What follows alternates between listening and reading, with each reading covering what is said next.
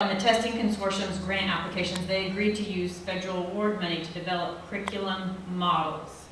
So there are models out there for these curriculum developers of what they have to follow to be compliant with the Common Core state standards. And when you get into things like Saxon, homeschool math, things like that, they have not followed those models. So we're going to listen to Bill Gates real quick.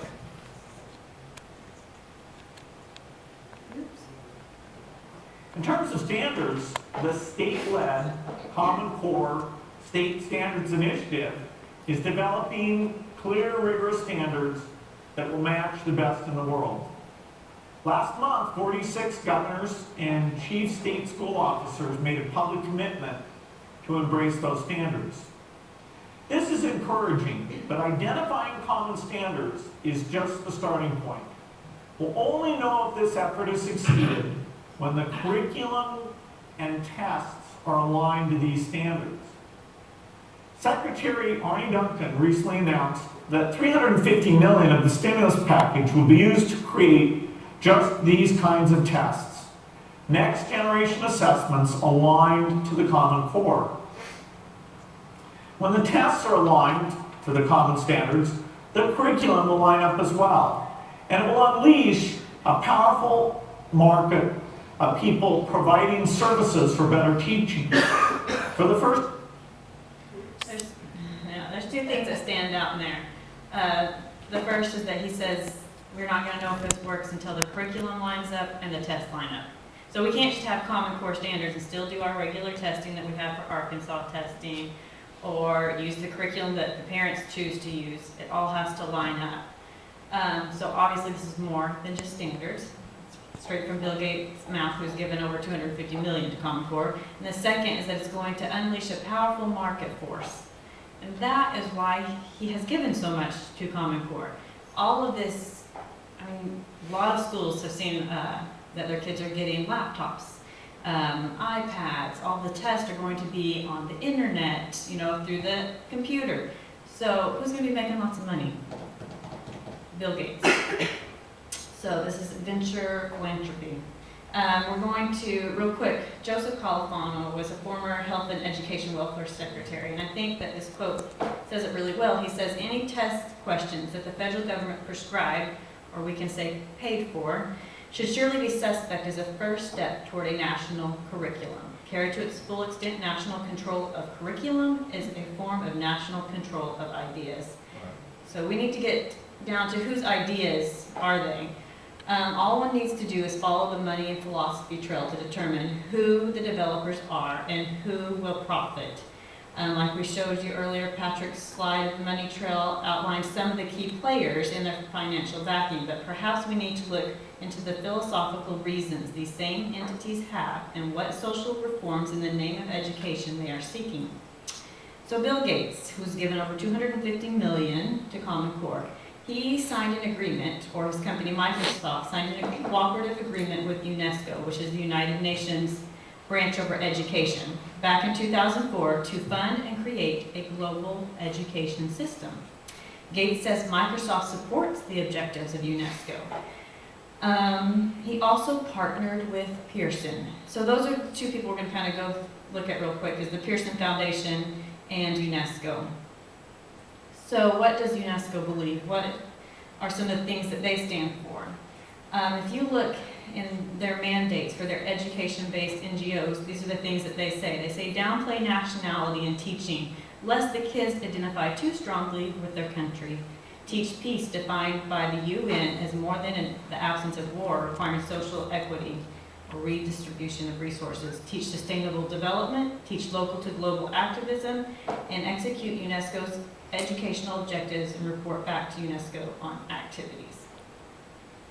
And then this is from a quote that's out of the book, Toward World Understanding, and it sheds some light on their ideas.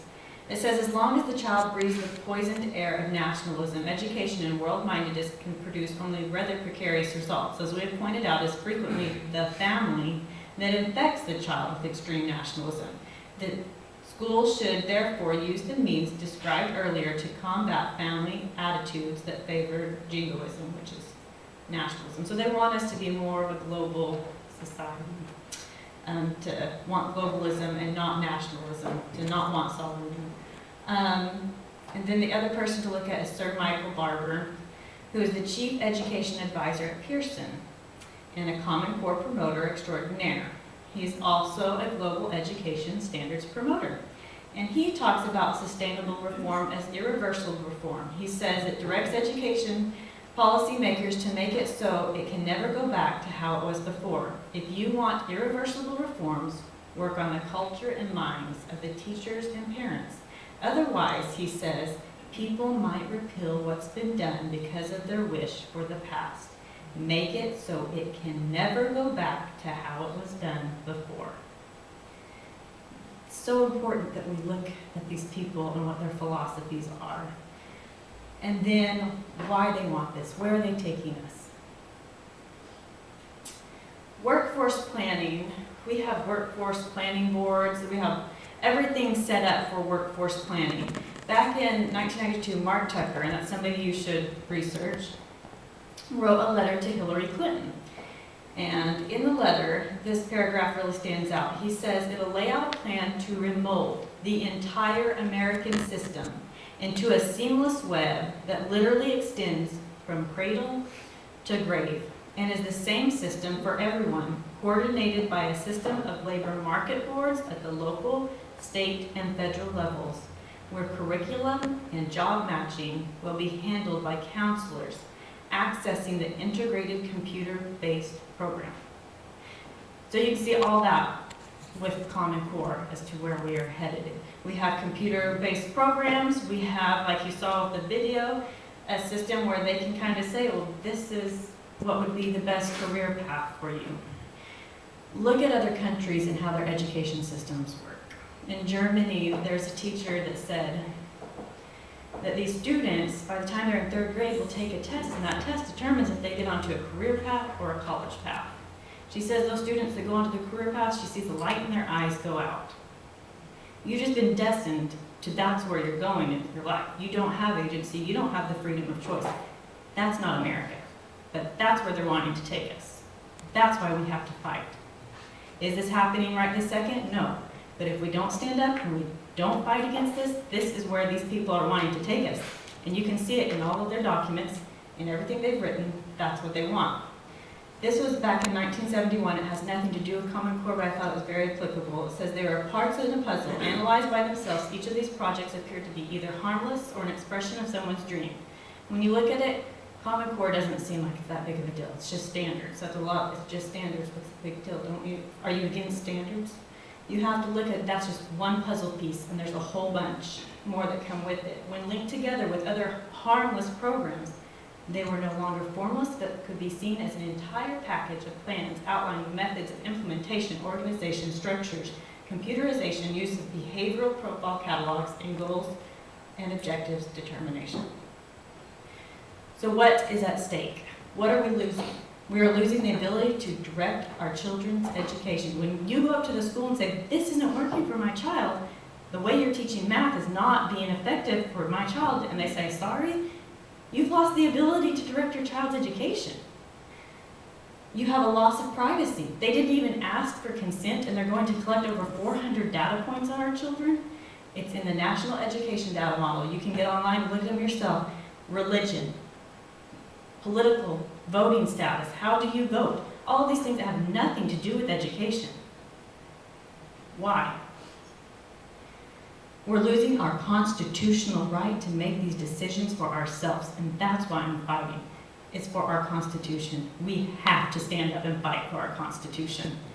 And we are losing tax money. That's our money that they get to do whatever they wish.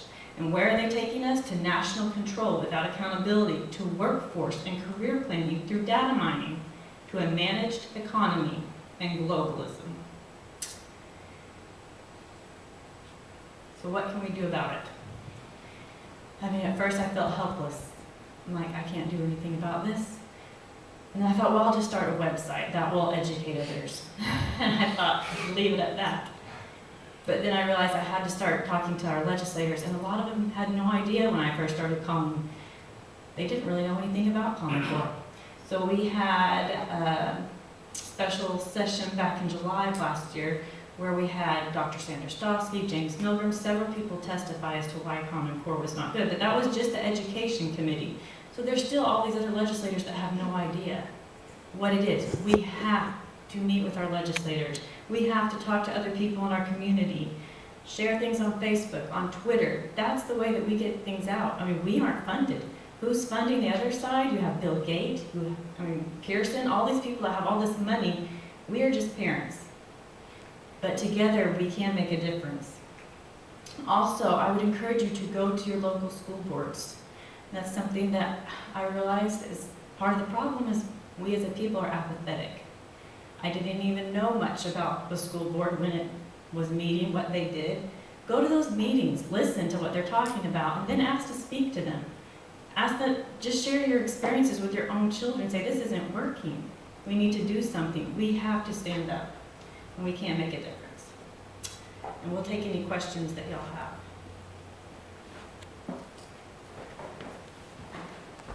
Any questions, and I'll bring them back to you. I will say with regard to the workforce planning, one of the things that we just stumbled on in the last couple of weeks was the Explore test, which is owned by the ACT Incorporated, ACT Group. The Explore test is the career pathway test that they take. It's a computerized, standardized thing that tells them, yeah, you're to be a doctor, or you should be a plumber, or you should be what have you. That test was added to our ACTAP testing law in January of last year. That is now a state-mandated test that our kids must take, and that's disturbing. I think that tells you a lot about the intentions of this reform. And when we were speaking in Russellville last week, one of the mothers shared a story with us about her 4th grade son who took a test that was similar to that. There's several versions of the Explore. The Explore is mandated at the 8th grade level.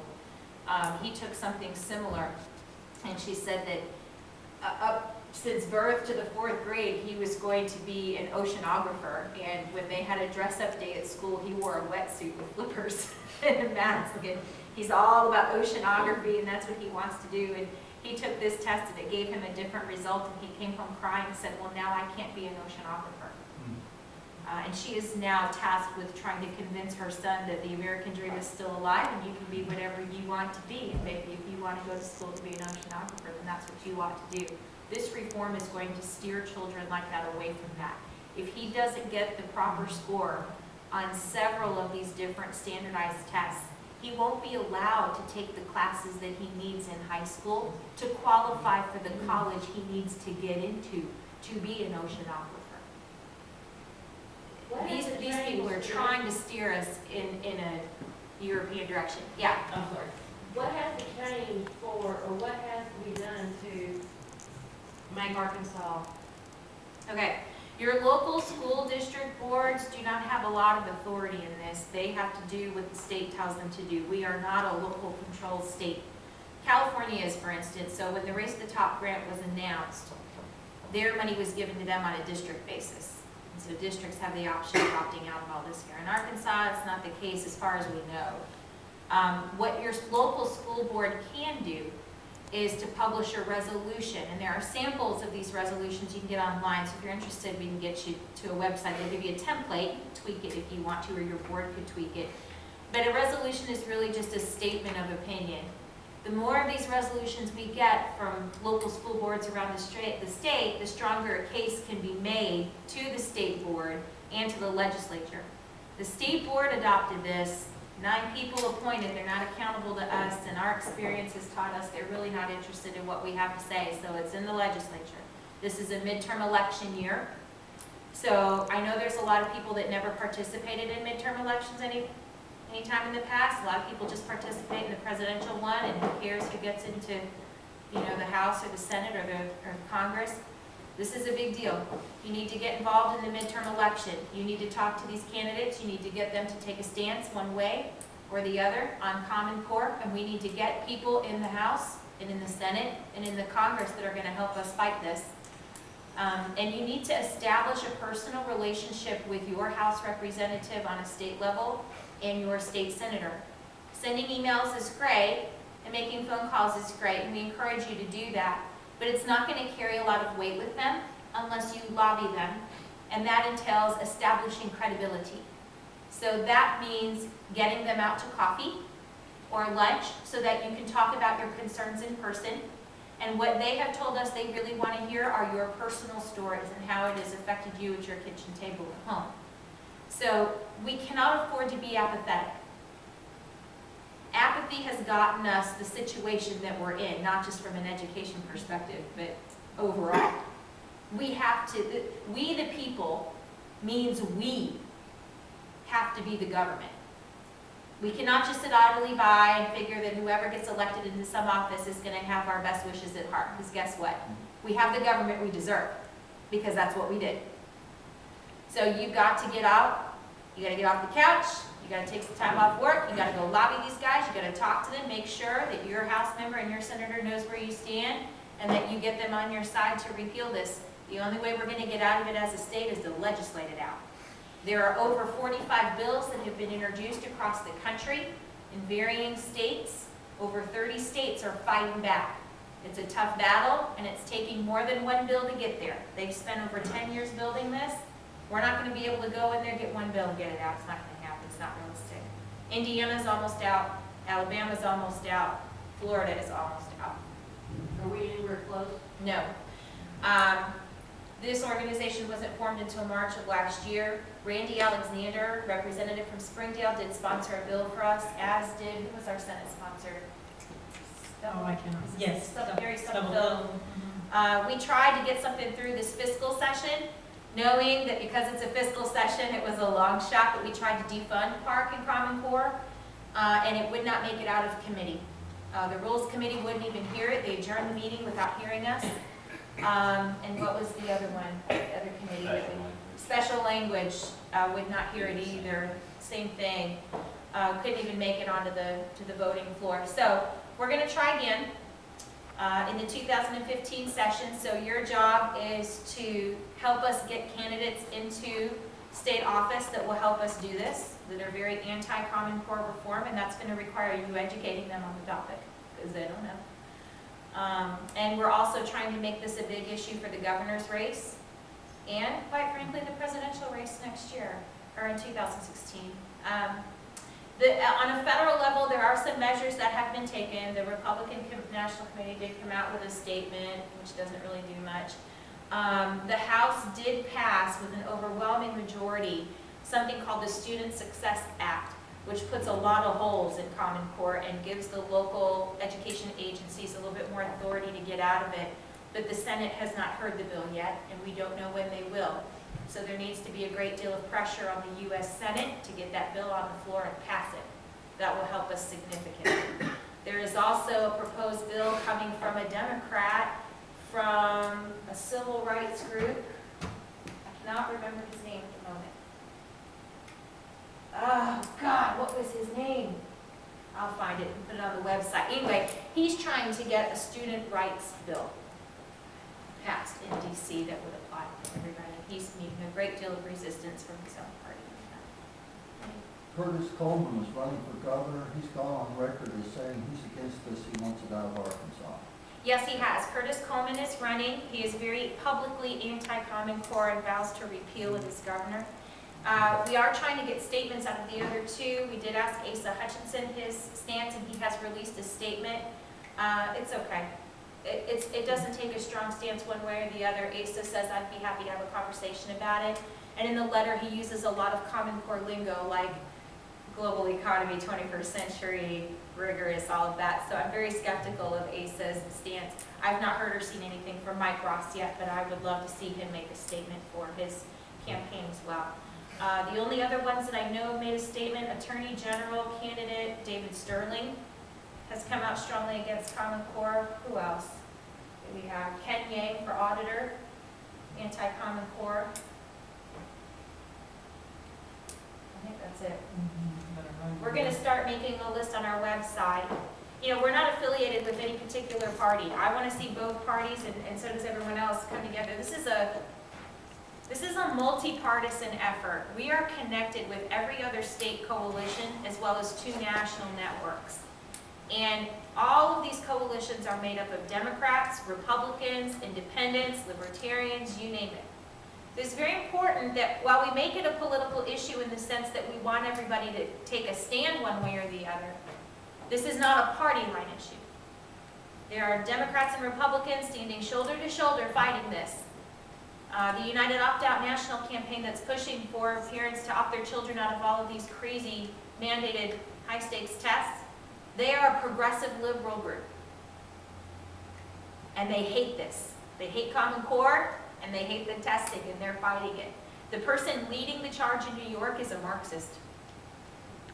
So it's very important, especially in our very rural conservative areas in Arkansas, that we make sure that we don't isolate people on other sides of the aisle. This isn't just a Republican battle, and it isn't just a Democrat battle. This is a multi-partisan effort. It's going to take votes from both sides of the aisle to get this out.